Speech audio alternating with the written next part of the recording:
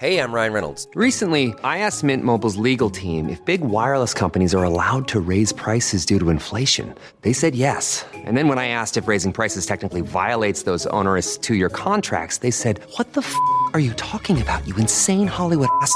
So to recap, we're cutting the price of Mint Unlimited from $30 a month to just $15 a month. Give it a try at mintmobile.com/switch. $45 upfront payment equivalent to $15 per month. New customers on first 3-month plan only. Taxes and fees extra. Speed slower above 40 gigabytes. See details. Auto insurance can all seem the same until it comes time to use it. So don't get stuck paying more for less coverage. Switch to USAA Auto Insurance and you could start saving money in no time. Get a quote today. Restrictions apply.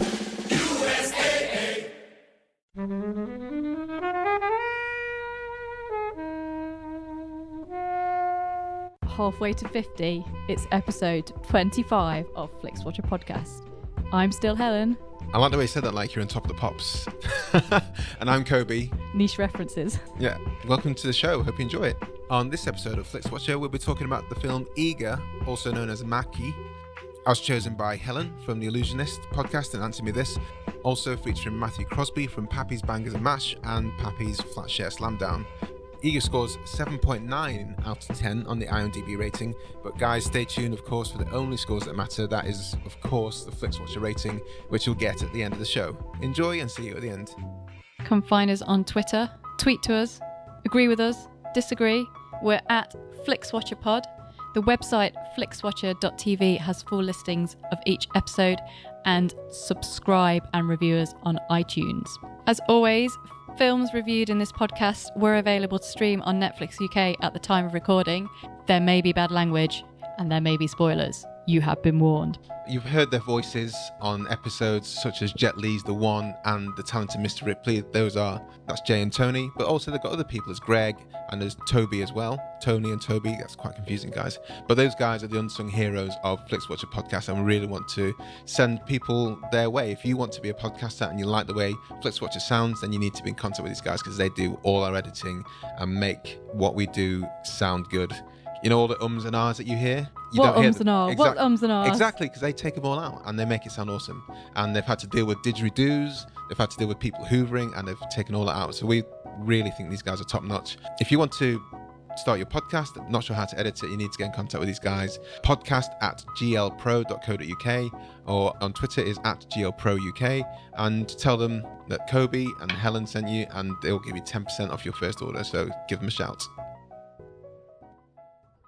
Hello and welcome to this episode of Flixwatcher, and today we are joined by Helen and Matt. If you'd like to say hello and let our listeners know where they can find you in the podcast world.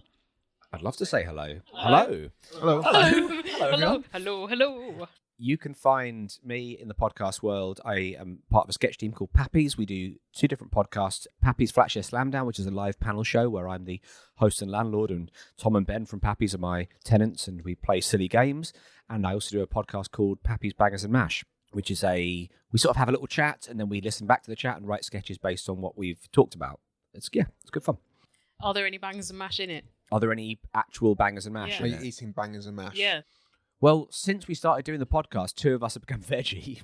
So what does that say? Put a carrot in the Yeah. mash. Yeah, a little carrot. Carrot and mash, or Linda McCartney's and mash. Mm-hmm. Linda McCartney are a very, very good vegetarian sausage. Are you a veggie as well? I'm not, but I was for a while. Did you ever eat the cauldron sausages? I did. I find them a bit weird. Yeah, that's what I like about them. They're not sausages, and they're not cauldrons. Isn't but there a they are- genre? There's a genre of sausage as well, which is essentially mash with cheese and leeks in it. It's called something like the Caerphilly sausage or something like that. I can't remember. Well, there's... Carnarvon sausage. I've not I've had Somewhere it in in had Wales. a cheese and leek Something veggie beginning with sausage C. before. I didn't know Yeah. it had a name though. Occasionally you get sort of like, you get a veggie sausage that's basically just a load of veg squished together, Yeah. peas and carrots and stuff squished together. It's They a veggie sort of burger batter. put through a tube. Yeah, exactly, yeah. And I'm Helen Zaltzman. That was you wanted me to tee you up for your little bit of chat about. It's the only way I can get in the mood to entertain.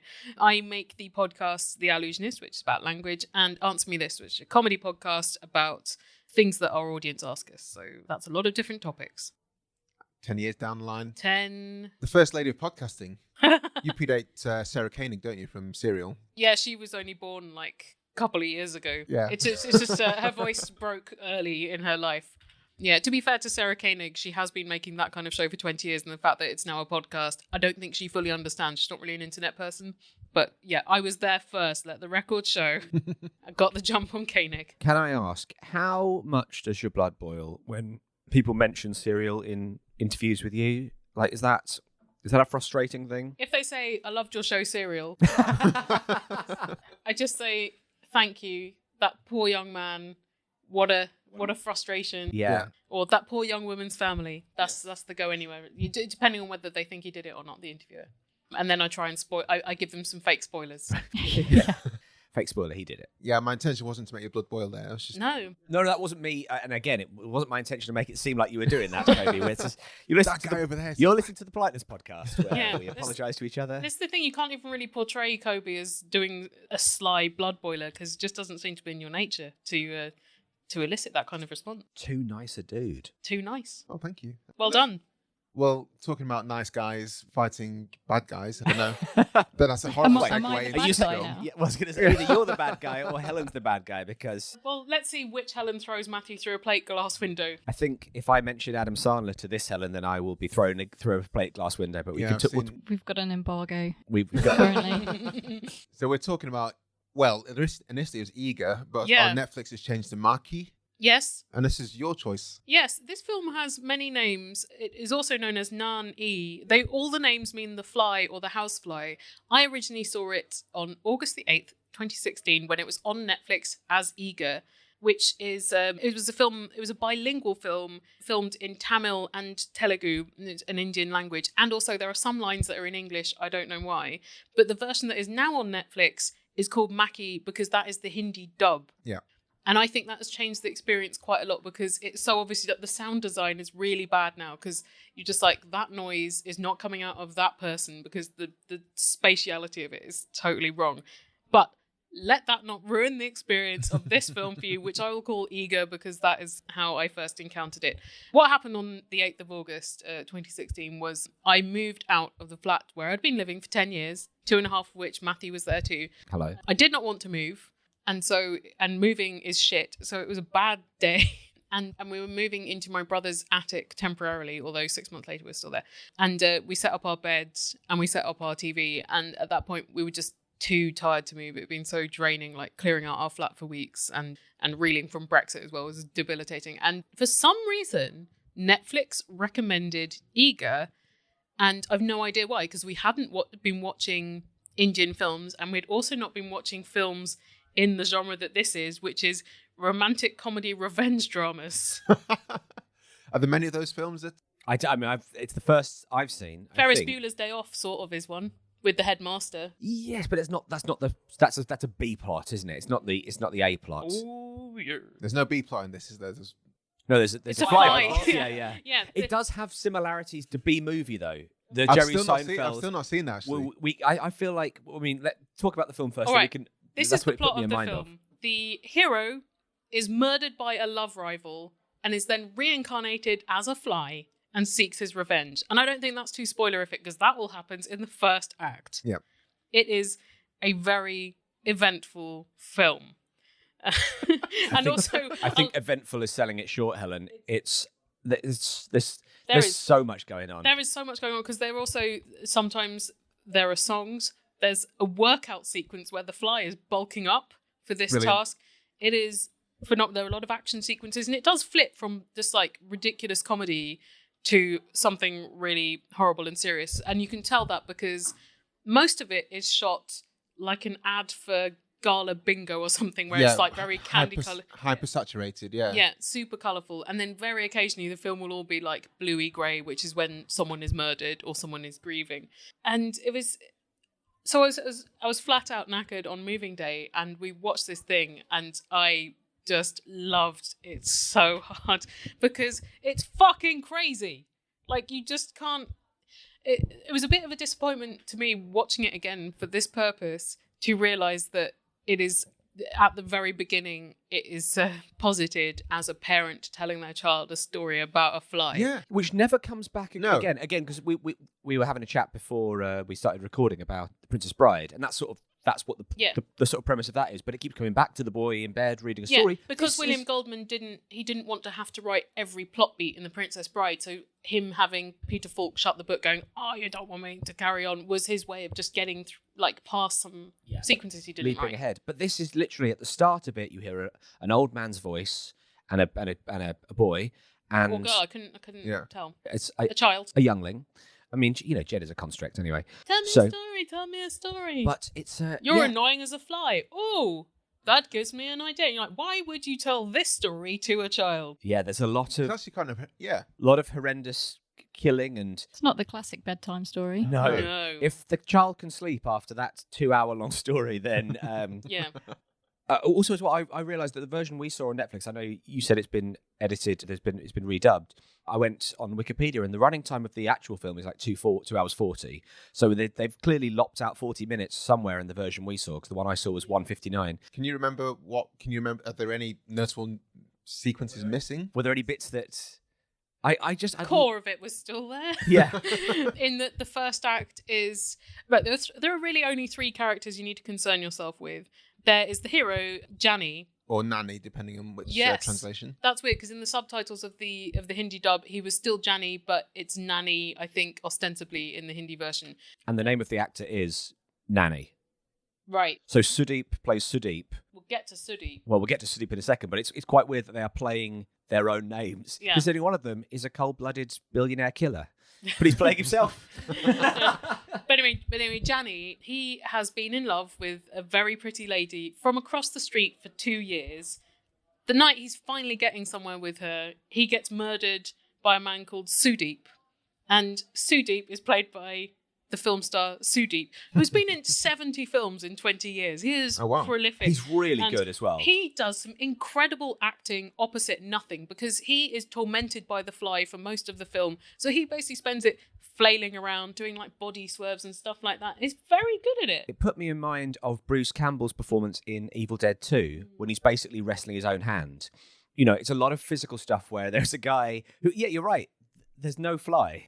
Yes. So he's just lots of, and obviously once you've sort of wiped batted away a fly from your nose, that's pretty much the one thing that we've all got, or batted away from here. But he manages to do different stuff each time. Yeah. Like every time he finds new and inventive ways to bat away an imaginary fly. And I'd say probably if you did a supercut of all of him batting away flies, half an hour, 25 minutes, half an hour. That's what they cut Good it. part of the That's what film, they cut out, was another half hour of him batting away. More very impressive physical acting. But anyway, both these men are in love with a lady called Bindu, who firstly works for an NGO, and that's how she meets Sudeep, because he donates 1.5 million rupees so that she'll be into him. But she also makes tiny sculptures out of things like grains of rice or pencil stubs. And this is significant because when your love is reincarnated as a fly, you have to communicate with them on a microscopic level, which makes them like a little house with like couches and stuff. They play hide and seek at one stage, which is adorable. Yeah. They don't show any sex scenes, which I think is for the best. Actually, I read an interesting piece by a woman. She said generally films in Telugu portray really unhealthy scenarios for women. Like there's a lot of violence, say, that not many women who are like in control or in a good situation. And so she appreciated the fact that in this film it's different. Like obviously this woman is grieving her murdered boyfriend, and then she's in love with a fly. It's not necessarily the healthiest. It's not healthy, but you don't feel like she's just a female patsy. Like she does have a character, she does have agency. Yeah. And she's an important agent in the revenge plot. Yeah. Once she finds out that the fly isn't just a fly, it's her ex-boyfriend, which is difficult to communicate, isn't it, when you're a fly? You've got to tell him how she finds out. Please, Matthew, please. She's crying, and her tears are going on the desk and in front of her in the charity where she works. And so the fly sort of scuttles along and uses the tears to write, "I am Jani reborn." And I mean, but she goes with it. I mean, if he's able to do that, that's pretty impressive. Yeah. And I like how they set it up. So the villain is the first person you meet in this film, Sudeep. And you know that he's a villain straight away because he's clay pigeon shooting, which he does every day. Yeah. And he has a big gun collection. He's always going after women that are involved with other people. And he wears sunglasses in the dark and he shoves people out the way. So classic villain. And he has a load of men that just stand around to be like abused by him and I don't know, like carry out his deeds. Carry out his deeds. Yeah, henchmen, like, at one basically. point, collect flies Yeah, or modify his house so that no flies can get in. Yeah. But it's so effective, the way that a humble fly can torment a very rich man. Well, you almost get the feeling that, like, if the fly wasn't in the movie, you could. It's basically a man's portrayal of a man's descent into madness, isn't it? It's like he's basically going insane, like he can't sleep. So if there was no, like, all of his friends, all of his henchmen don't think there is a fly. They don't know that there really is a reincarnated, the man he killed with his bare feet. That's an amazing scene as well. He kills him with his feet, takes his shoes off and says, I want to kill you with my feet so I can really feel the life coming out of your body. And then you see the life coming out of his body as like a blue thing and it goes into a fly. Yeah, there's some special effects in this film. Should we talk about a CGI? In fact, I know before we that go into that CGI, this upsets you. I want to see what Helen Zaltzman. She's been noticeably quiet, and I can sense there's a. I feel like I've watched a completely different film, but I'm pretty sure it was the same one. Did you actually watch a different? Was there no fly in the movie you saw? Because in which case you watched the wrong film. No, I did watch it. And it kind of is a film that I can't quite think of what the film is that it reminds me of, but there's a lot of things in that I've seen it before. Is it a fever dream that it reminds you of?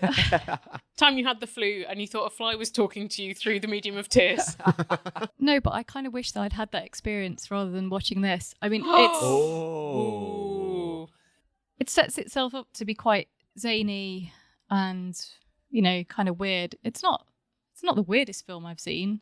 And no, because you, in fact, Kobe emailed and said, "Oh, you found the film really weird." And I this is before I'd seen it. Yeah. And I watched it expecting it to be weirder than it was. Yeah, it's not really Once very you weird. get over the slightly weird premise, it's executed in a fairly conventional way. Yeah. But I found that a very enjoyable way, and you clearly. No, I just found there's no subtlety in it at all, and everything is hammered home. It's not trying to be subtle. Yeah. That is not a virtue that it wishes to have. And I think when I watch film, I don't really. If this was made as a remake, as an American blockbuster with whoever faceless American, and I would feel probably about the same towards it. That it's not really a film that I got much from it, and it is very long. Even It whizzed by. I actually ended up having to watch it in two sittings, but that's only because I had to work. But it really did nip along, and for a 2-hour movie, it didn't feel like 2 hours because it's so action packed. I'm not an action fan at all. I don't like guns and explosions, those kind of movies. And this has got guns and explosions. Yeah, but it also has fly chase. It also has a fly weightlifting. So and dancing. And also as well, I hadn't seen. I've got to say, I hadn't seen a lot of Indian cinema. No. Almost any Indian cinema. So I was interested that it breaks a lot of rules of direction. It breaks a lot of cinematic rules. It breaks the 180 rule. So you end up, it's very disorientating to watch it. In the same way that like Indian music breaks a lot of Western music conventions, it feels like it's shot in a weird and different way. It feels like that's not important to them. So like, you always know what you're supposed to be looking at on screen, and it's not meant to look great. It's just informational. I felt the framing of things. But there is one moment that I really enjoyed, which when he's trapped inside the bubbles. Yes. Which is amazing. Like if there'd been more of that and less of the Well, actual people. maybe you should watch just the 40 minutes Yeah. they cut out, which I think is probably things you can do when you're a fly. Yeah. There's a lot of, I think there's more fly's eye view of stuff. Maybe they do the full 2 weeks it takes for a fly to reach maturity from the egg, which I saw some commenters complaining about. They're like, it's too quick when he becomes a fly again, blah, blah, blah, because of lava, blah, blah, blah. Bear in mind that if you're complaining about that, then you've got to surely complain about the fact that there's a human reincarnated as a fly. Although we've got... And a woman who's into it. We've got Eega up here on Google Images, and it looks like it says now in 3D. So maybe the stuff that got cut out was a lot of 3D stuff of the fly flying. I mean, I bet it would be fantastic to watch in 3D. I don't know, really. It reminded me a bit of like a first-person shooter computer game. Yeah, it felt like a computer game. A lot of the fly's eye view, and that felt like the aesthetic as well. Like everything looks artificial, not just the CGI. The things that are real look like bad CGI. I think the super saturation kind of puts on that. It was like an MTV. It was like a music video gone nuts half She the time. does have permanent Beyonce hair. She does, and she goes to sleep wearing a polo shirt and jeans. Probably still got her trainers on as well. Yeah, if you're thinking breaches of reality, how Is that about... not Is that how the everyone biggest sleeps? one? Is that Yeah. not how... I mean, it was just weird that... I mean, it's It's a bit like Ghost, isn't it? It's weird in the... Yeah, it's a bit Yeah. like Ghost, yeah. That's true, actually. It's weird in the way that that guy was following her around for two years. Like, Yeah, what a creep. it's like, dude, just let it go. But I think, well, Or because make a move. she talks about when after he's dead, obviously, and she's very upset about it. She says, "Oh, I teased him for 2 years." I think there's an element of kind of lovemaking, kind of foreplay almost between the two of them 2 years. for 2 years. Fair, you know, it's I don't know, but that seems like it seems like they are both in on it when he's there. You know, there's a bit where he uses a satellite dish with a bit of foil in it to allow her to work late at night by shining a light on her. And she sort of is delighted by that and then shuts the curtains like in a. I It's done found in a their very relationship. honourable way. I So found it very- everything they do is very Chaste. above board. Yes. And that's what I loved about it. It was very sweet and charming. And him, you know, there's a few songs in it. There aren't that many. There's quite a lot of which also is. I loved. What's happening in the movie is explained by people singing it to you, but That's not like a lot of musicals, isn't it? But no, not by people in the film singing it to you, by the the soundtrack. incidental music going, "He is now in a car driving towards his love." You know, Yeah. like that. That's the, which I think is brilliant. Like when Yarny when Nanny comes back, they're like, "He is back. Yeah. Here he is. Life is back." And it's like, we know we're watching the film as well. Yeah, and he goes, "I'm a fly, I'm a fly." There was some amazing lyrics, actually. Is this the sort of lack of subtlety you didn't enjoy, Helen? There was quite a long workout and dance sequence by the Montage, yeah. fly, and the lyrics were stuff like, "I'm a fly, don't misjudge me, I'm the messenger of your death. I'm a fly, I'm a fly, I'm a fly, I'm a fly. You cannot stop me, a single drop of poison can do its job. This is the universal matter before the Big Bang." Soundtrack available on Arista Records. And then- then there was one where it was- Lin-Manuel Miranda. Yeah, watch out. I'm a fly, I'm a fly. And then there was one which was like, "There are 10 things I must do. 1, I must kill you. 2, I must kill you." Oh, I Just love goes that. like That's 9 like a times. Rammstein kind Yeah. of song. But that goofiness I really enjoyed. And in fact, the only bit of that sort of thing that I didn't enjoy was at the end. It ends with a disco song where like it It's like ends Minions. it ends like a Minions type or like a Madagascar type thing where he just sings a song about what a brilliant fly he is. It's sort of setting it up like there'd be a sequel because he comes, you know, he's killed and he comes back from the dead. Spoiler alert. As another fly. As another fly, which doesn't seem fair. Is that how reincarnation works? Is it on the karmic thing? Because it suggests that he's a pretty bad person if he's reincarnated as a fly. That's true. No, I hadn't thought of that as a sort of morality tale, but he is the hero, isn't he? What's Sudeep going to be reincarnated as? If the reasonably good, you know, romantic lead is. But And dog shit. I thought that final scene where he's singing about fudged the rest of the film for me because he doesn't like it became the moment where he was like celebrating being a fly and celebrating himself when actually up to that point he'd been celebrating his love for Bindu and his revenge, you know, his desire to get revenge on Sudeep. So it felt like, oh no, you're not a goofy singing fly. You're a character with agency, not a character who loves themselves. And I thought that song, I was watching it going, oh, I was really disappointed you've ended your movie this way. Oh no. Did that not chime with you? Was that not? I was disappointed at the end because it seemed to me that Bindu would reject any human suitor and always be in love with a fly. And I just thought that's a pretty miserable life. That's too sad, isn't it? Because But it's like in Truly Madly Deeply, at the end, she's kind of released from being in love with dead Alan Rickman and she's moved on yes. to the living human Michael Maloney. And so there's kind of a relief that she's got over the previous relationship with someone she can't have anymore because he's dead. Maybe. Whereas this disastrous, like, was she going to fuck a fly? Well, this is it. Maybe this 40 minutes they cut out was her constructing a tiny little harness with a enormous life-size strap-on on it. And he's like, "I'm sorry, I've got very strong legs. You've seen the workout scene, but I can't lift this. I'm so sorry. Sorry, Helen. I'm now apologising for saying that as well." Would you fuck a fly if you were in love with him? No. Yeah, there's the thing. It is a sad story for her because she literally waits till the last minute. Well, she doesn't know it's the last minute, but she finally gives in and then Sends Sudeep me murders text. him. The moral Sends me is, text saying, but then her first text is, "I love you." yeah, Bit keen as an opening gambit, What, isn't after it? 2 years? 2 years. Yeah, but come on, I love you after, and like they've not had a kiss yet. Let's. Yeah, That's true, actually. yeah. It's like Cher says, isn't it? The only way you'll know Doesn't it from imply so.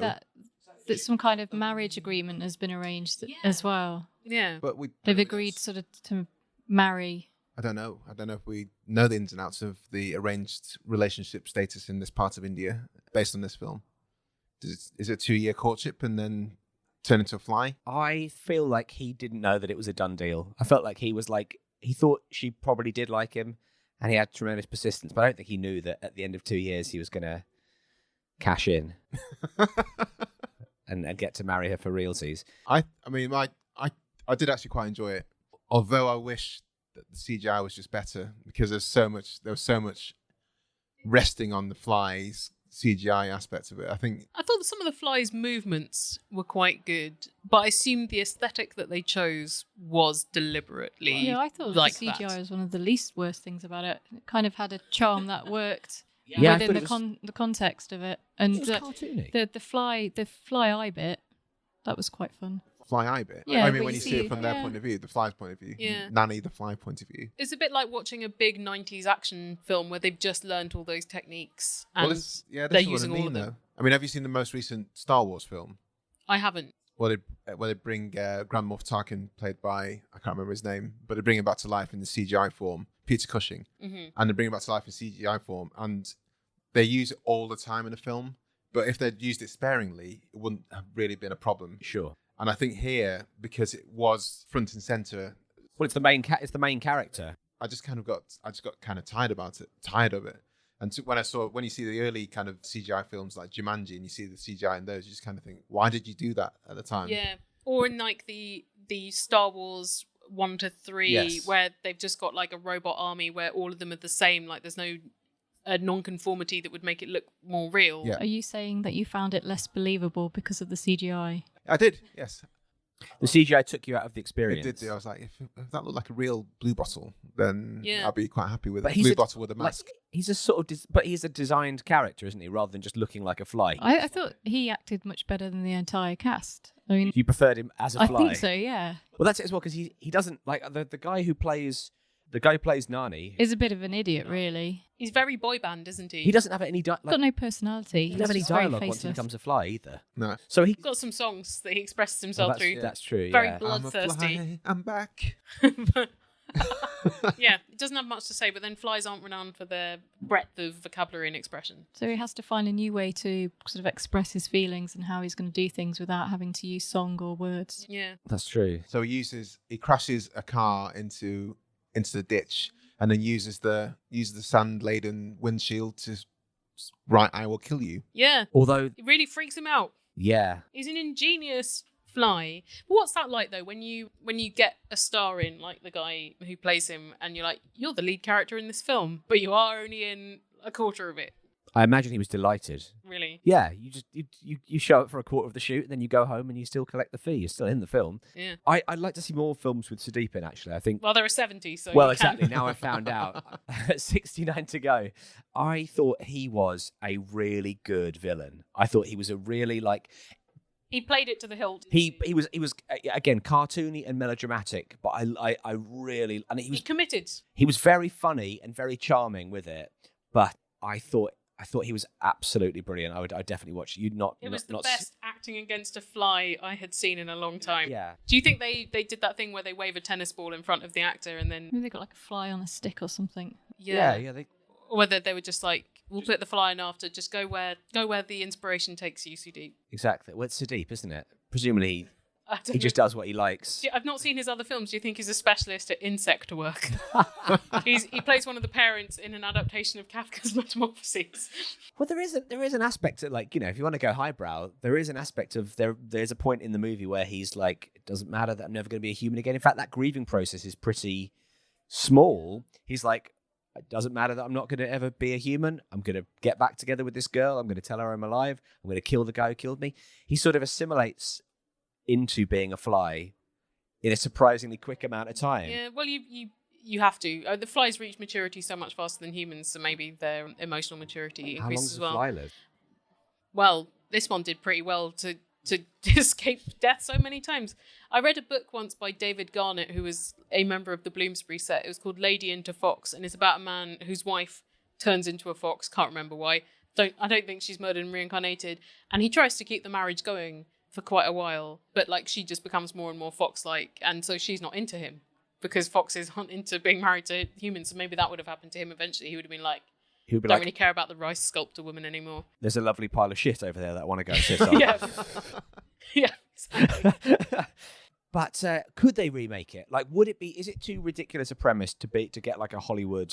They reworking? remade it in other countries, I think. Oh, did really? they? I think they did, or they've managed to redub it in pretty much every language. The dubbing wasn't a problem for me. I didn't notice Really? it because I was focusing on the subtitles. So, yeah, It is quite noticeable. It is. when I was trying to understand what was going on a bit, because something just kind of didn't sit right with me, and I didn't realise it was overdubbed from Tamil to Hindi. Yeah. So much so that the version, the Maakhi version, was less successful than the version that you saw, Helen. Rightly, because they haven't done it. They haven't done the sound design work. They've done all that CGI work and neglected the sound. Like, you can't be convinced when the sound is obviously tacked on so arbitrarily. Yeah. That's why you thought the visuals were not realistic. So we should have hunted out Eega rather than Maakhi. Well, I think That's all we were I think presented there's- to, isn't it? I don't know why Netflix gave us Maakhi after it had already given us Eega. Surely they Maybe should it have thought had we both. wouldn't notice the difference. Yeah, well, it thought wrong, didn't it? Wasn't expecting this level of scrutiny. Has it recommended? So you watched it a little while ago on Netflix. Has it recommended other films of that ilk, and have you entered into any of these? I have not been recommended any other romantic comedy revenge dramas featuring insects, featuring a strong insect lead. I No. meant more Indian films, not specifically the plot of. No, it hasn't. And I don't know why it recommended this one, but I'm pleased it did. I'm convinced they just have a wild card. Yeah. They just throw it there, just throw it in there, and see what happens. Yeah. And you took it. You took the bait. And then it goes back to recommending that documentary about Chipotle that I will never watch. Or maybe it's that your viewing habits are so erratic that Netflix was going, well, I don't know, this, and you're like, yeah, all right, like, well, we still can't guess. Or maybe my viewing habits are just so predictable, and they're like, well, we've run out of. Episodes of RuPaul's Drag Race. No, I never got into that. We've run out of things containing the cast members of Burning Love, Oh yeah, of course. even though there are lots of them and lots of them on Netflix. True. Mm. I would like to watch more films like this though. That's So what more Indian films and more Indian films, more like big Indian melodramas. This I was a think very it's- successful film. It was brilliant, and I imagine. Sorry, Helen. Going to see this in a cinema. We'll get onto that in a bit, but I imagine going to see it in a cinema would have been a really exciting experience. It was like, I mean, I don't watch any action films, so this felt like a really action-packed action film. This is what just people's real lives are like, Matthew. You're missing action Yeah, that's just it. because of your sheltered life. in the Tamil region of India, this is just how it works. But I mean, how much do you guys watch foreign films anyway? Well, when I say foreign films, just films with subtitles. Well, this is the problem because I'm usually doing something else when I watch something. Either I'm writing or researching or I'm doing craft. So I can't have my eyes on the screen enough to watch the subtitle thing. So I have a lot stacked up that I want to watch. Yeah. And I haven't. I go to the pictures to watch those because then you've got undivided attention. Like I saw Tony Erdmann over the weekend. I saw Tony Erdmann on Saturday. Did you watch it? I did. Picture House Central. Yes, I did. Yeah. Oh wow! Go on. Dun, dun, What dun. performance? It was like 12. No, it was like 1:30, something like that. 1:45. Yeah. No. That's amazing. Oh, We're my in the same cinema watching You've it. been I sat didn't next know. to each other and you didn't know. Pleasure. Oh, the shaking Um, hands. that's Phone what- you done that on Saturday. Isn't that weird? To Yeah, be in this, absolutely. like, Simon Mayer was in the foyer. Really? At the Was same- he? Yeah, I went up to him and said hello to Jason Isaacs. You've never heard this podcast. So you no, I don't know. listen to that. Even if you haven't Yours is heard the only film Twittertainment, podcast. you still know the Jason Isaacs thing. It will have seeped Yeah. into your consciousness eventually. How did he take it? He said, "Thank you very much. I'll let him know when I see him." Have you got a catchphrase for this show yet? We'll stick like that. Go fuck yourself, Adam Sandler. I think it is. Great. But that's not PG. Oh, okay. We'll have to think about one. Maybe we Yeah. can think about if you guys Go could take think a of running catchphrase. jump, Adam Sandler.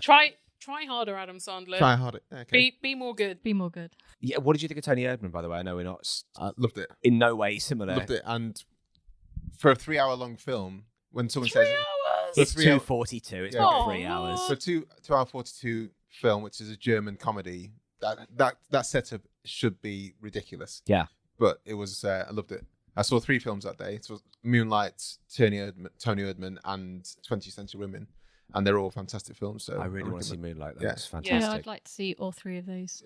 That's the problem now. You wait for ages for good stuff to come to the cinema, and then all the Oscar films come in, and suddenly you're like, well, if I watch that day, and then maybe I'll go and see 2 films that day, and you get backed up, don't you? Absolutely. So Or I you just- or you make the wrong. Like I watched Lion, and I didn't really. I thought it was. thought it was good. Should I wait for a plane journey to see Oh, Lion? totally. I was told that I had no heart because I wasn't crying at the end of it. I really liked it, and there's a few things that really resonated with me in Lion. We'll get back to Maakhi in a bit. Kids, just hold tight. Sure. Have you seen Hidden Figures? No, I want to watch that. I want to watch that and Fences before the Oscars I haven't come out. seen Manchester by the Sea, which I've heard is... I don't care. It's like... I heard it's amazing. But Hidden Figures, I had a really, really good watching it in a cinema experience with that. I think it's a great story that deserved a better film. Like, it's a bit of a conventionally made film. But I watched it in Oakland with a small but very, very attentive audience who are badly served by films. And this one has 3 black women in the leads doing very intellectual jobs, and all of that was very satisfactory. So every time there was like a bit of civil rights breakthrough, they would be like, yep, and like clap politely or be like, amazing. And I was like, this is absolutely tremendous. Like the fact that they're like, well, finally. Yeah, totally. Yeah, and it was so great. And at the end, they just seemed beside themselves. Well, my problem I had with Lion was that they say at the start, based on a book, The Long Journey Home, and you go, so he gets home. Thanks for telling us the ending of the movie. I mean, I know it's based on a true story. Yeah, but know, like when you go home on the night bus, Matthew, and you're hammered, you get home, but you don't necessarily know how you got there. Was it like that? No, it was not like that. It's basically Guy gets separated from his family. Boy. Very, very little. An amazing performance from the kid. Boy gets separated from his family and then grows up for Google Earth to exist. And then he goes, and so the big climactic scene where he finds his family is him going click, click, click, there they are. And you go like, oh, come on, mate. You can't, it's hard. I mean, and it's the problem of it being a true story, which also, interestingly, Eaga's also based on a true story. Just to bring it back to I love that. A rich man goes mad thinking there's a fly. Yeah. Billionaire. I don't know what is there anything. What I'd like to say is bring it back to subtitles in films. Yes. Subtitles in films. Well Do done. you watch subtitled films? And the answer is films. sometimes. So watching subtitles in films doesn't bother me at all. But I've not watched many Indian films, like you said. When I was a kid, one of my best friends was Pakistani, so I used to see Bollywood films in the background, and I always just thought they're a bit random.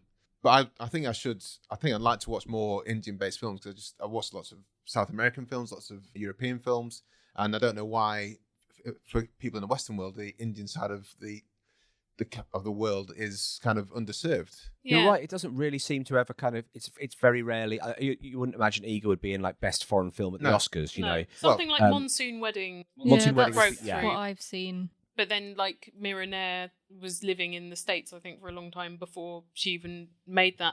And then I remember there was a Bollywood film called Lagan that was like a pretty big hit I in remember 2001. that, yeah, but yeah.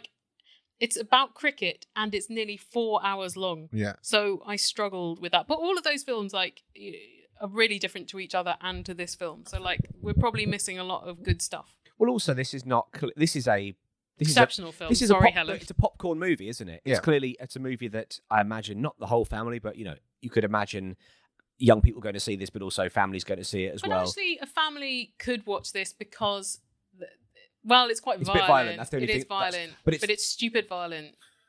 I don't know, like No. a guy Taking- getting his windpipe crushed by a man's bare foot is not stupid that violence. was, no.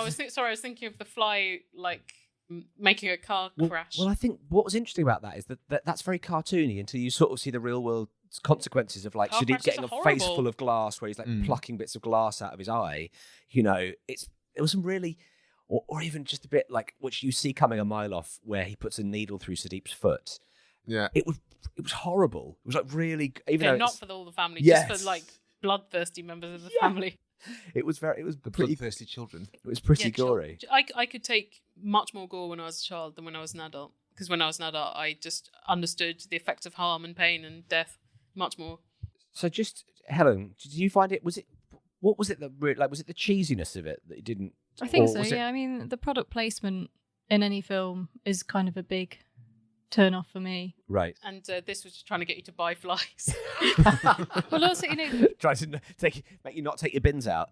yeah, I mean, they're a struggling NGO and yet they've all got MacBooks. It's kind of, they need all these donations and yet they've got, Maybe the Red Cross dropped them. yeah, from the air, things like that. A food parcel with MacBooks in it. I mean, I've nothing against films with animated insects. I was quite a big fan of the film Joe's Apartment. Oh, the MTV movie. Yeah. Yeah, about the cockroaches Yeah, they that sort kind of of turn the sing, lights on for him and stuff. sing. Yeah. They have like little sing and dances, and they live in the apartment, and that kind of reminded me when there's the Rocky sequence with the fly with that. But it's just I had no invested interest in the characters. I didn't really care how they ended up. I mean, the bad guy is pretty horrible, pretty revulsive. So, I just didn't really care how he died. And there are limitations to what a fly can do in terms of inflicting pain and taking revenge. But they really push those limits. They do all of them, don't I they? do quite like how, he's obviously sent him mad to the point where he kind of ends up inflicting all the physical pain upon himself because of his madness, and that's quite clever. But it's just so heavy-handed in its acting and everything that it didn't really interest me. It was like a human cartoon, which I would sort of allow it to be heavy-handed. I mean, the CGI is very cartoon. Again, it did. It was an element of like B movie, the Jerry Seinfeld thing when it's basically a bee and a girl who fall in love without any of the violence. But there is that weird thing of like, yeah, it's just very funny about the girl going, "Oh, you're a fly now." I don't think. Okay. Yeah, I can roll with that. I don't think I at any point was emotionally invested in what happened to the characters. I think what I was invested in was just what the fuck is happening with this film. Yeah. What is going on in the mind of whoever conceived this, like, fever madness. So I think if I'd gone in expecting to care about what happened, then I may have been as disappointed as you. But on that score of just seeing like some absolutely batshit stuff being on, because I think it was just like one of the guys who made it just like said a joke to someone one day like, "Oh, what if you were murdered and reincarnated as a fly?" And then they just like ended up making that a couple of years later. I think it was a father-son project. I'm not sure which way around, but yeah, I think the son directed it and the father wrote it. Interesting family. Yeah.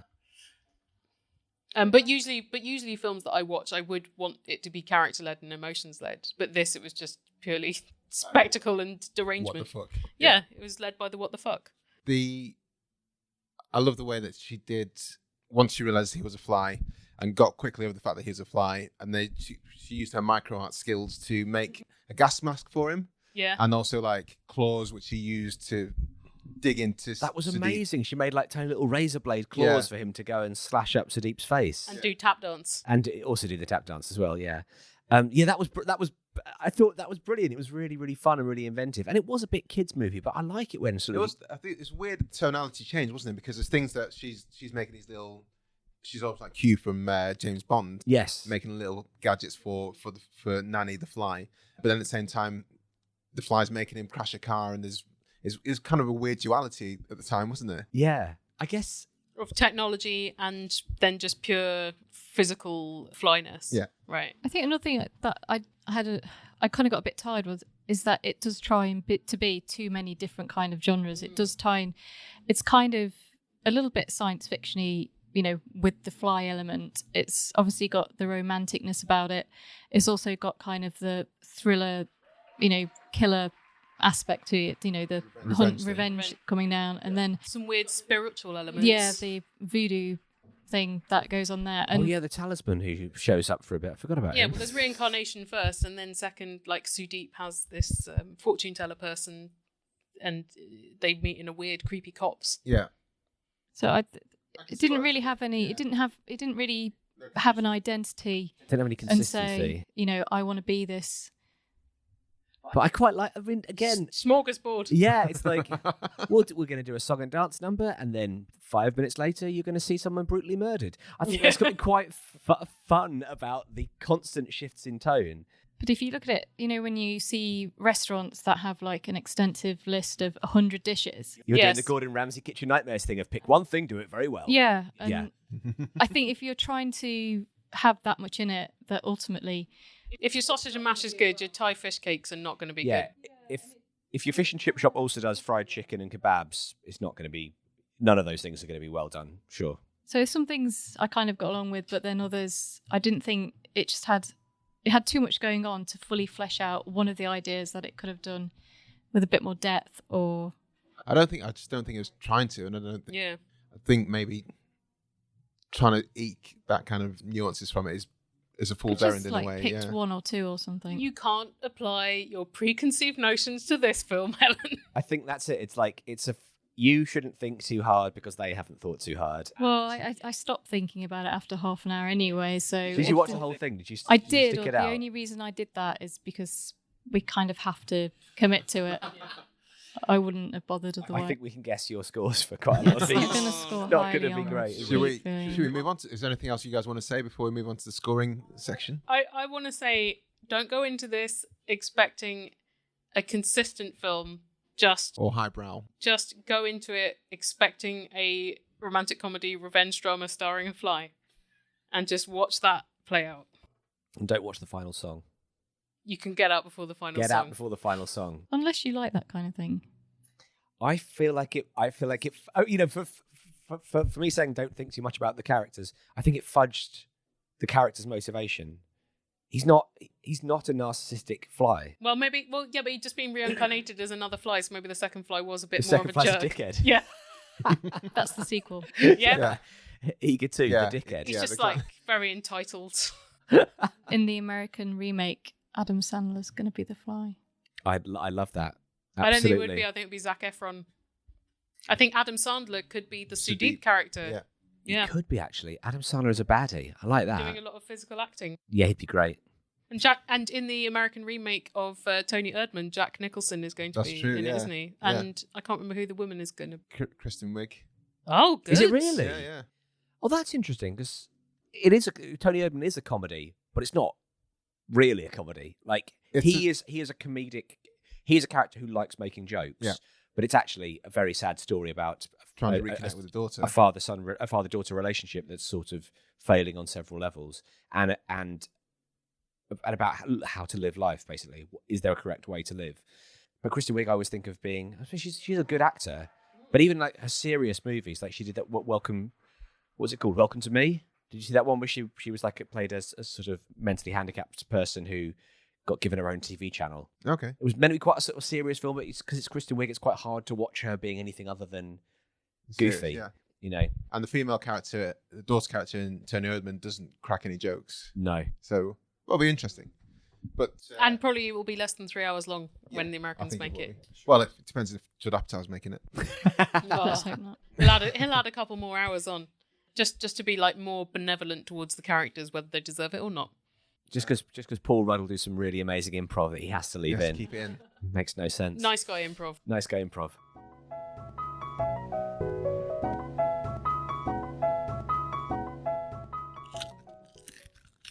Guys, can you hear that crunching?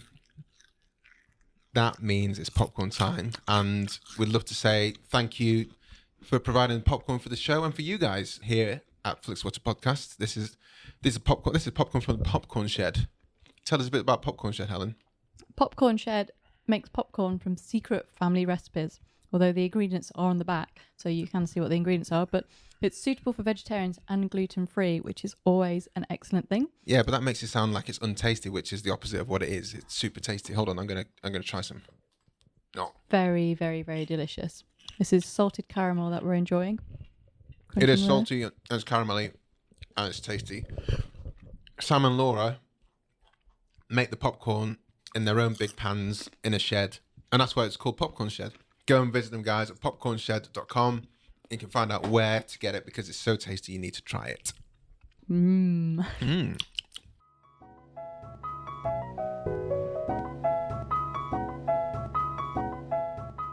So we're going to go to the scoring system. Helen. This episode is brought to you by Abercrombie. Build your fit to the day with Abercrombie's newest denim drop. Here's where to start. Abercrombie's 90s straight jean goes with any shirt from tees to sweater polos. Super versatile. Their loose and baggy jeans are more trend forward, so you can grab those and go out with your friends. Abercrombie's denim fits come in a range of washes. Build your looks around Abercrombie denim. Shop online or in store.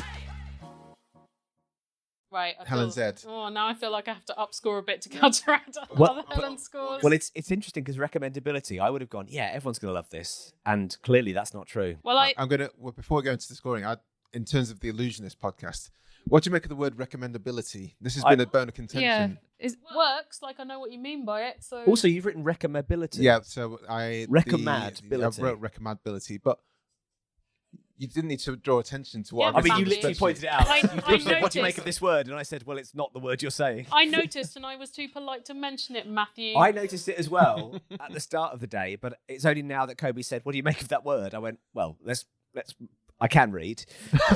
Are you going to tell him that you also don't go by the name Matt? Matthew, sorry. I'm fine with Matt. You're I've just chilled, used to it now. I've chilled out in It's old used, age. used to really make him rage. It used to really bother me, but But life's had- too short. His youthful pith and vinegar has really simmered down. True. I'm going to go 4.5 because I think most people won't have seen a film starring a fly that does workout sequences. I have recommended it to pretty much everybody. When I was still watching it the first time, I was tweeting about it going, somebody please watch this with me. Yeah, because the reason you picked this is because you saw it, you and your husband. Yes. And you're Who like, also loved it. I need to talk talk about it. about this film. And hopefully we're... Sorry, Helen. I'm sorry to Do make you you feel go as through though this. everything sort of has counsel come for out you, is that it? needs to come out? Oh, yeah. Full catharsis is Has this been happening right therapy here. for you? I just needed to share. Did you have PTSD from watching Eega? You wanted to deal with it in group therapy. I have PTSD from carrying all of my stuff up and down Yeah, 4 being flights of evicted out of stairs. your house. But, Yeah, that's yeah. part of it as well. I don't know. I think I know why you're saying that. It's like you'd recommend it to go. Right, we both saw that, right? That definitely happened. Yeah, I honestly did think I was hallucinating for most of it because I was like, this has been a really weird day anyway, but it was real. Have you befriended any flies since you've seen it? No, I still... Have you been kinder to flies? Well, I don't think any of the flies are reincarnated loved ones of mine, so I'm happy to stay out of their way. But if they're going to start writing stuff in my tears, I'm going to be like, leave me alone. The flip of this movie would be that a woman is kind to a fly and he gets reincarnated as a sexy singing man. That's the Princess and the Frog, isn't it? Yes! It pretty much is, yeah. Princess and the Fly. What was your rating for recommendability? 4.5. It's on the spreadsheet. Recommendability. Yeah. Recommendability. I'm going to go for 4, I think, because as Helen's proved, it's not for everybody. But did you not feel like were you not kind of delighted to have seen it? Well, let's hear Helen's score. Doesn't look delighted. I mean, it's not that weird. It in sort of films that I've seen, it's not that weird. I think the execution rather than the premise is what makes it. The sort of weird glossiness, The multiple personalities that you pointed out, where the- you're just Yeah. like, what does it want to be? the sung stage directions, all of that for me. That's like Greek chorus, though, Matthew. It It's is like a but you don't- 2,000-year-old device. It is, but you don't see it very often in modern cinema, and that's what I liked about it. I mean, who knows? This could be a very, very conventional piece of Indian cinema, but I'm so out of the loop with that genre. With I don't know. I mean, I went in it the same as everyone, knowing the concept. So the concept of it wasn't sort of unfamiliar or anything, but I was slightly irritated that it had taken up 2 hours. Had it been a lot shorter, Sure. I feel I would be less aggrieved I'm about glad it. we didn't watch the full version, Yeah. the 2 hours 40. But I think it They depends fleshed what out you... the characters then. Yeah, I mean, it depends what you get out and your personal viewing pleasure with films. It's not something that I would seek out. And I have watched, fairly weird, stupid films before, which I know are stupid and quite happily go with them. And we've discussed before, I quite enjoy things like Armageddon, which I know are terrible. And the special effects now for that would be pretty awful at the time. They're pretty awful then. And I do... Bruce Willis is not even real in that. He refused to turn up. So it's not that all I watch is art cinema and, international films with like 5 sentences in. I am prepared to watch that. But I just thought probably, the bad dubbing didn't help with that to sort of give it, even though it's got a very shiny look about it, having that in there made it feel a little bit cheaper. So maybe that didn't help towards it. And I just felt that it just went on and on and on a little bit and kind of pushed it a little bit further than it could have done it a little bit quicker. I don't know who... Skip to the end. I would quite like to have had less of the start and more of the, Sex with flies. Yeah, because the start bit went on for a long time and it's like, well, when's he going to be the fly? But Do you not think it has to establish the 2-year-long relationship thing with the... But it doesn't No, really, it does doesn't. No, it? if I mean, you it could have started just with the been song, like- If you started with the song of him going, I'm going on a date with a girl. Yeah. It's been 2 years and he dances the down. 2-year thing you is know. irrelevant, really. Yeah. Well, they could just have been in a relationship for a long time. That's where the start point could have been. It's a story within a story, which means you can start it as late as possible. You don't have to ease your way in there. No. Yeah. So yeah, maybe if I'd missed the first bit Yeah. and then it had just been The Fly's Reborn. Yeah. Dances in the Bubbles, which I really liked, and then kills him. That would have been a 10 more minutes, yeah, done. a more enjoyable experience. But So how does that rank in the recommendability score? I mean, I've been pretty harsh on a lot of films before, and I don't really know. I don't know who would enjoy this. Reevaluate your friends. You've got 3 people around the table here who had a great old time. So you don't need convincing. No, you're right. You're right. They liked it out there. Yeah, the round of applause is for the film. Okay, I'll be less harsh. I'm going to give it 2 then, because you obviously. All right. That's not. Yeah, that's all right.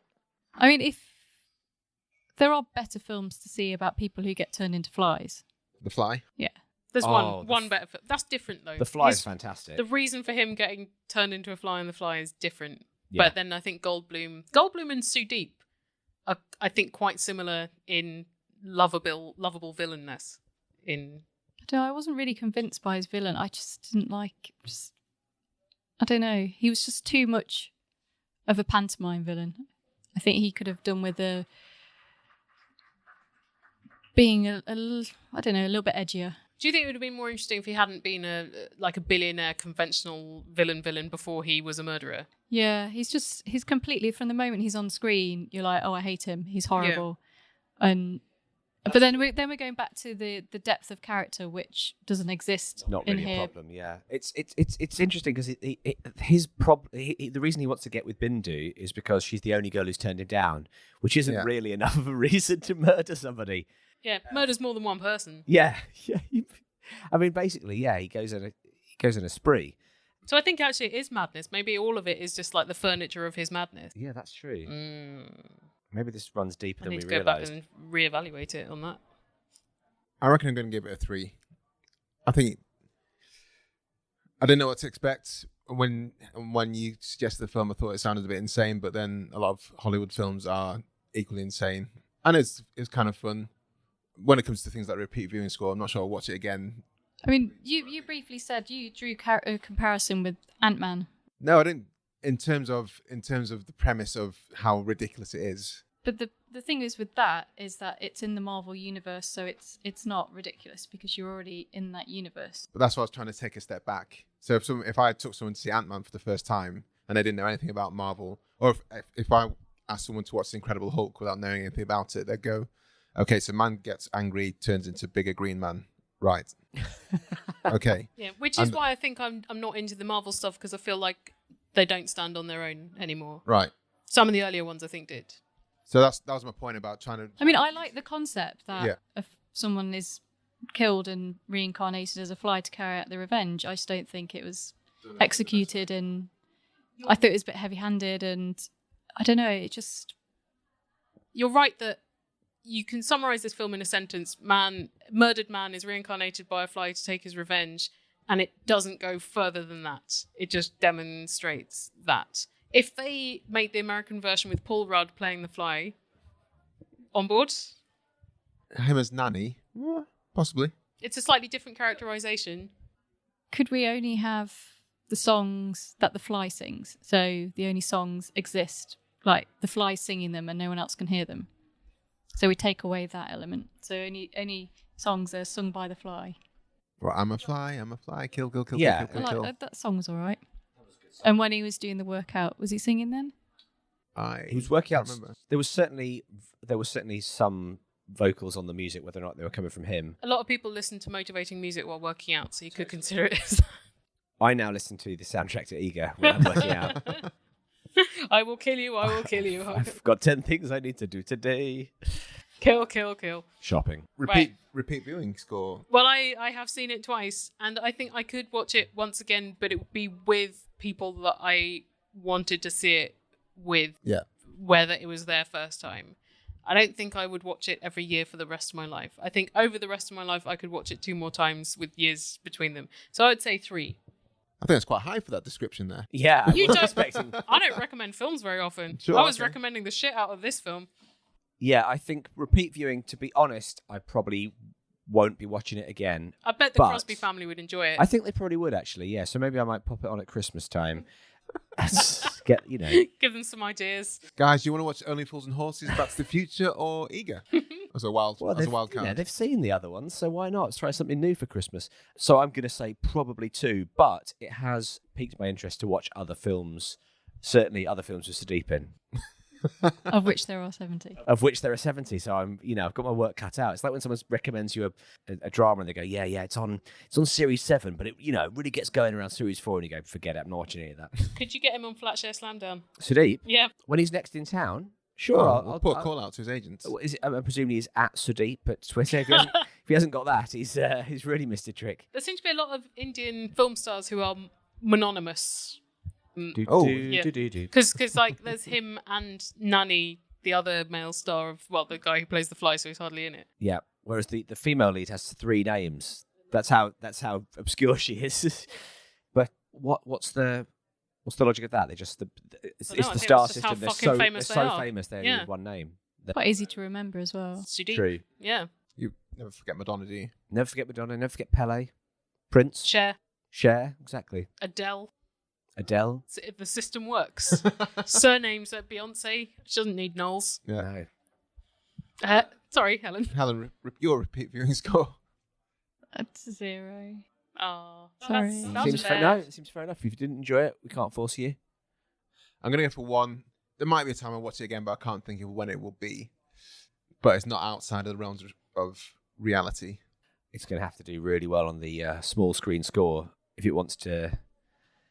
Well, I think small screens are difficult to see subtitles. So I think you probably want to... I think laptop would be as small as you want, but I watched it on the TV. Because also, a lot of it stars a fly, and that is a small thing in a large frame. So you don't want to be watching it on a phone, because you'll be like, where is it? What is actually the main character doing? But, as I said earlier... It's not shot in a way that means you have to watch it in a forum that lets you appreciate the exquisiteness of the framing and the special effects. So what do you give that then? That was a good explanation of what you're leading up to. So how well does it work? I find this a difficult one to judge because I'm not really sure what is good out of this, like whether it being on a big screen is good or whether it transferring to a small screen is good. Like what is supposed to be a good score? Because we're kind of ranking it within the context of Netflix, where you're going to watch things on a small screen. So does it work better on Netflix, or would you prefer to watch it in the cinema? So if you prefer to watch it in the cinema, then tends to be a lower small screen score. I think this is a living room film. Okay. So I'm going to give it a 2. Is that an appropriate ranking? I'd probably say a little bit higher. A little bit high if you think it's not worth going to the cinema to watch it, and you think it works well. Yeah. I think it's better to watch it in company. Okay. It's definitely a film to watch in company, and you will go, "Whoa, that's ridiculous." Okay, it's all right then. All right, 2.6. I'm now more confused about how this scoring works Just on this pick a one. number.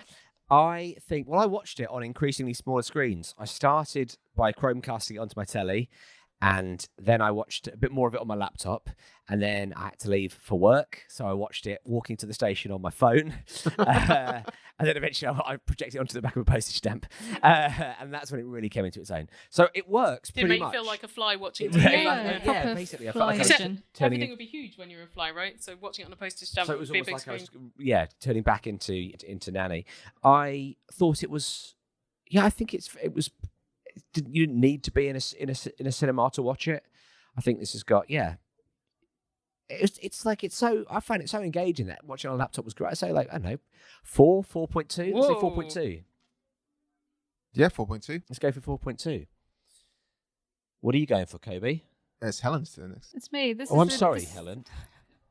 This is the one area which I'm going to score it reasonably high. I mean, it does work. I wouldn't watch it anything smaller than a laptop because the subtitles and everything in will be a bit squished. Normal TV size, so 3. 3? Yeah, I'll give it a 3 as well.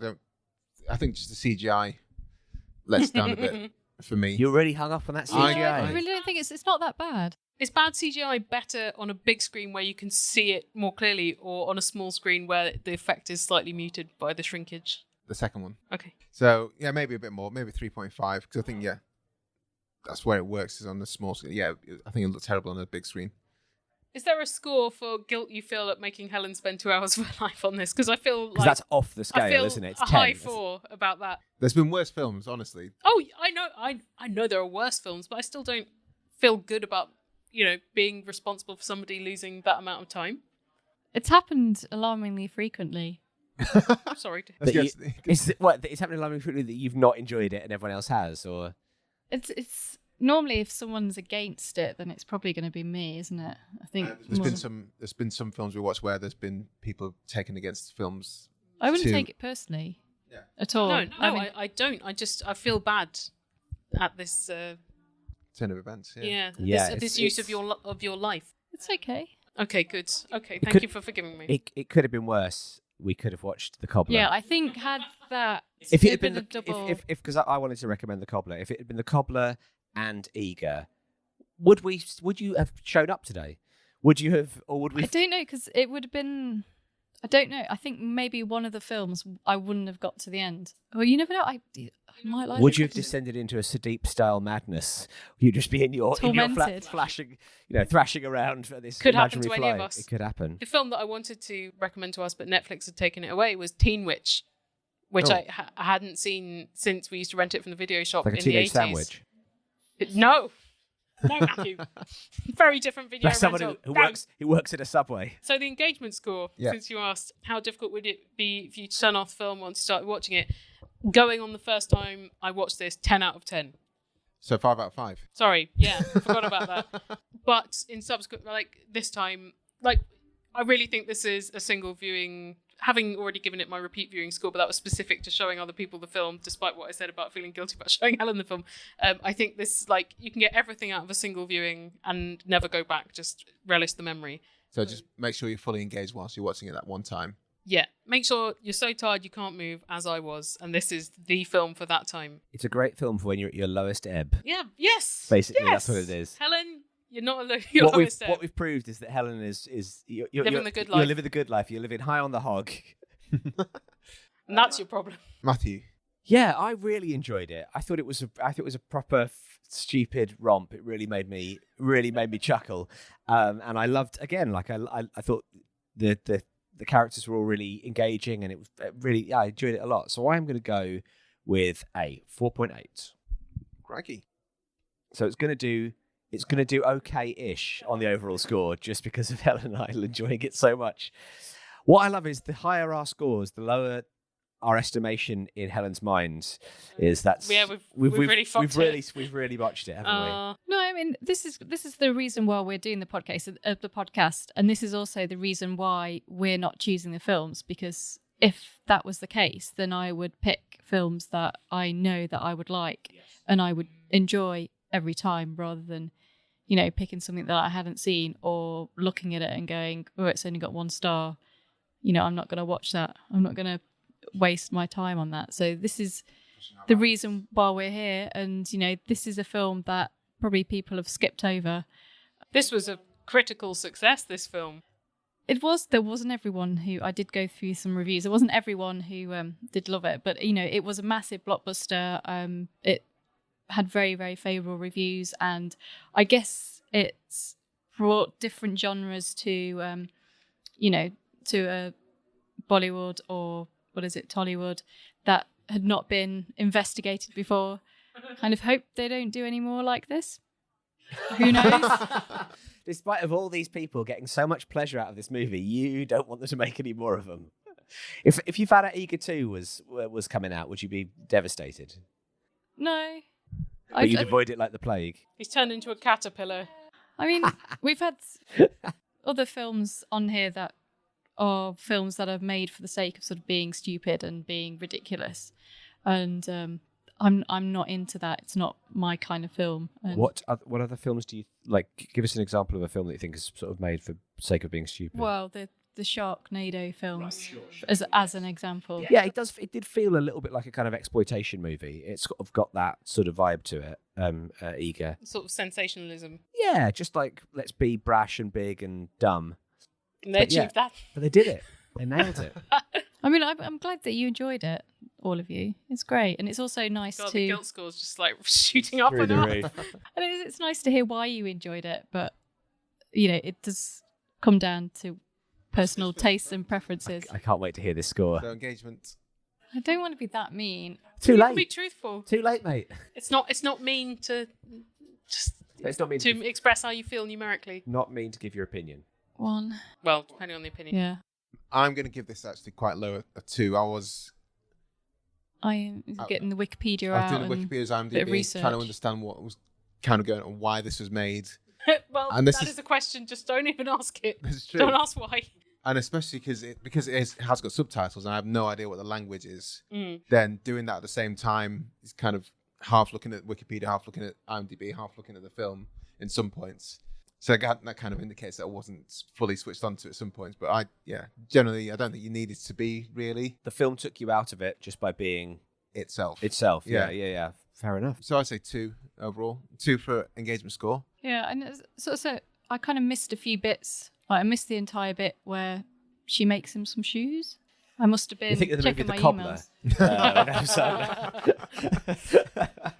Yeah, so I kind of. See, so it does demand 5 out of 5 engagement. It doesn't at all, but I was very engaged. So I think that gives us overall of 2.9, which is... That's quite good. Yeah. That's all right. Yeah. That's all right. That's all right. What does it score on Netflix? It's like 4 at the moment. Wow. Isn't Netflix Is that based just because on you've our... all rated it for recently? Isn't Netflix slightly based on our And what it thinks you'll our score algorithm as well? Yeah. It's very weird because we've reviewed films before when before we'd all watch them, they'd be sort of 1 stars, and then next time we'd log back in, they'd completely change. I think what's happened is when it was Eega, it was a lower score, but then when it changed to Maakhi, the version that we all saw, then People it's kind loved of reset and started again. Do you think there were just more people that speak Hindi, so Netflix thought, well, this version will get more I think play? that's exactly it. Right. Yeah. In the UK, anyway. Yeah, artistically, wrong decision. How much does it cost for Netflix to put them both up? Good point. Come and on, then Netflix. it's splitting the viewership. Yeah. Doesn't really matter, though, does Listen it? to both. It's good. Probably wouldn't watch both versions. I'm going Except to. I have. And there are all these other versions that I think I probably won't. I'm not that much of a completist. I want to find that missing 40 minutes now. That's what are you doing on Saturday? Do you want to trawl the internet and watch the 40 minutes we didn't see? Slightly. Of course, let's do it. Let's cut it there. So we finished on 2.9, guys, for Eega stroke Maakhi stroke the other Indian language names for fly. Yep. I Housefly, wasn't that one of the titles it translated as? I Housefly. Oh. I think... I look forward to the stage adaptation. Yeah, all performing within Proscenium March. Oh, it's going to be tremendous. Oh, beautiful. You've got to watch it through a sieve. That'd be quite good, actually. You get the fly goggles. to Fly go into vision, it. yeah. When we watched Lego Batman, and the kids with a Batman mask, so we could use that, couldn't That's we? cute. Yeah, it was. Fly eyes. Yeah. I found one of Flies those. would be the portmanteau. Flies. I found one of those when I was one of the Batman masks when I was drunk on a train. Wore it all the way home. Loved it. Great. Just climbed into bed. Just, I love. I like the way you do the gravelly voice, but still northern. I love. I'm Batman. On that bombshell, Ah. Helen and Matthew, can you sign off and let us know where we can find you across the Tinternets? Well, until I am reincarnated as a fly, you can find me making the Allusionist and Answer Me This podcasts. So search for those. The Allusionist with an A, not an I. I make podcasts with my sketch team, Pappy's, and they are called Pappy's Bangers and Mash and Pappy's Flixwatcher Slamdown, and they're available from iTunes or the British Comedy Guide or wherever you get podcasts. Super. Well, thank you for bringing Eega into our lives. Don't lie. Don't end on a lie, Helen. Don't end on a bad song like Eega did. Well, cheers, guys. Cut just before the cheesy song then. It's good chat anyway. Well, yeah. Thanks so much. Yeah, cheers. Thanks Really for coming fun. on. Cheers. Bye. Bye. Hi guys, and that was Eega or Maakhi, depending on what Indian language you know best, as chosen by Helen Zaltzman of Allusionist and Answer Me This, and also co-guested, I should say, by Matthew Crosby from all of the Pappy's channels. So really hope you enjoyed the show and the choice that they chose. It's a bit crazy, but hope you went with it. Please don't forget to subscribe to us on iTunes. And of course, we want to big up Tony and Jay and also Greg, our editors from GL Productions. Of course, please big up Mighty People for the tunes you can hear now. And at the start of the podcast, find us on Twitter at FlixWatcherPod and visit our website, flixwatcher.tv. Catch you later. Hope you enjoy the show.